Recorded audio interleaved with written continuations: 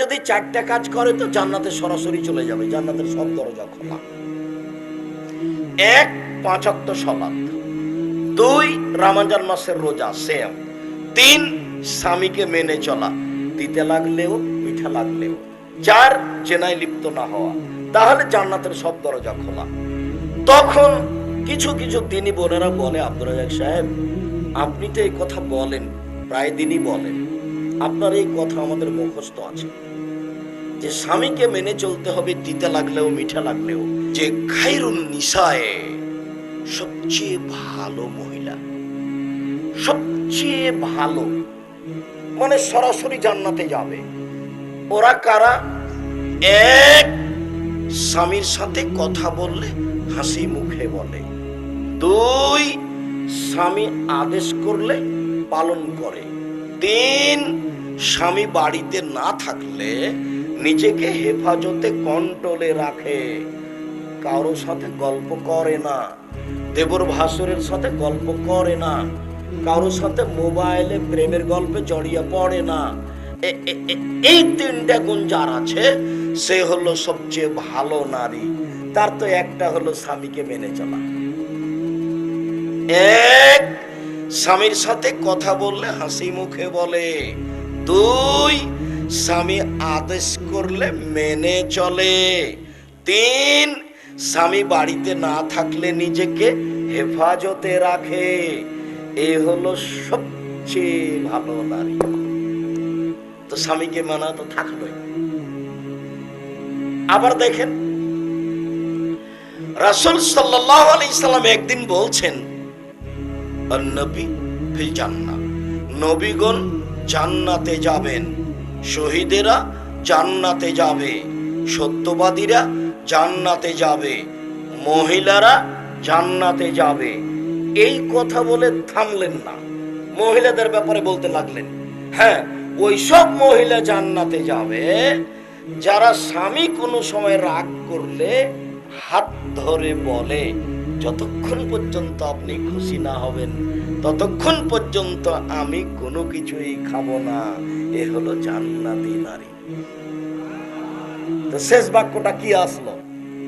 স্বামীকে মেনে চলা।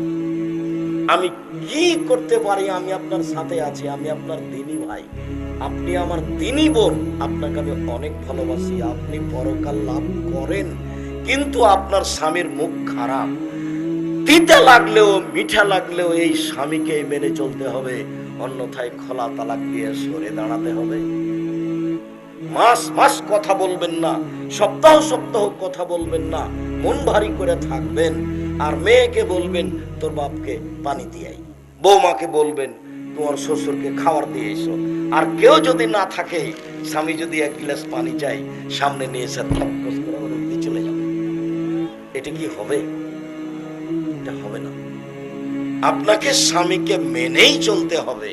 আপনি আমার দিনী বোন, দেখেন কথাগুলি কিন্তু আমার নয়, কথাগুলি সব মুহাম্মদ সাল্লাল্লাহু আলাইহি ওয়াসাল্লাম। স্বামীকে মেনে চললে আপনি শান্তি পাবেন।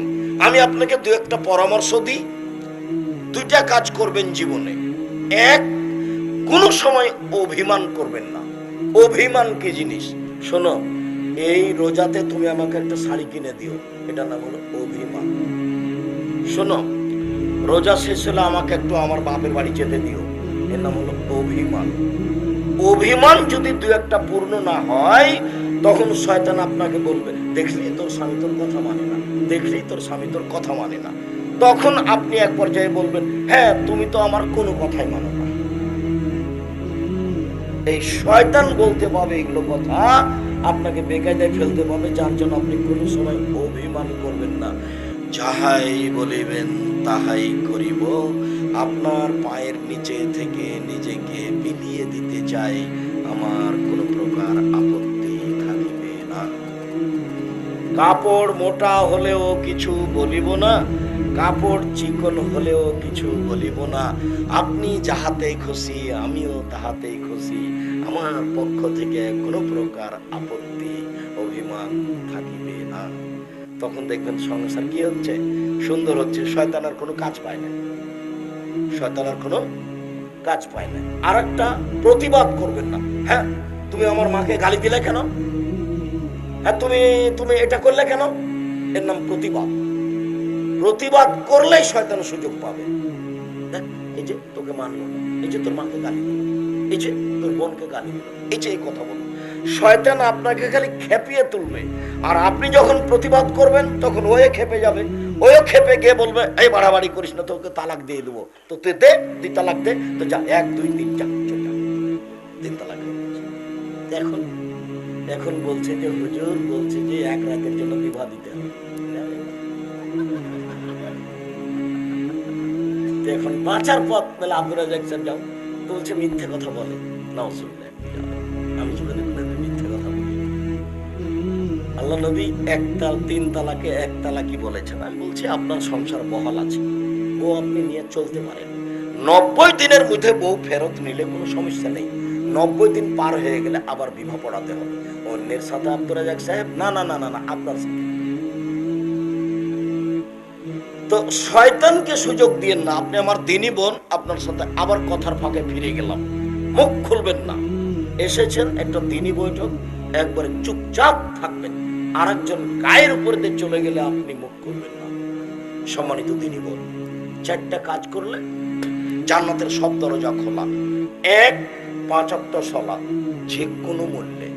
2 রমজানের রোজা যেটা আসছে। 3 স্বামীকে মেনে চলা, তিতা লাগলেও মিঠা লাগলেও।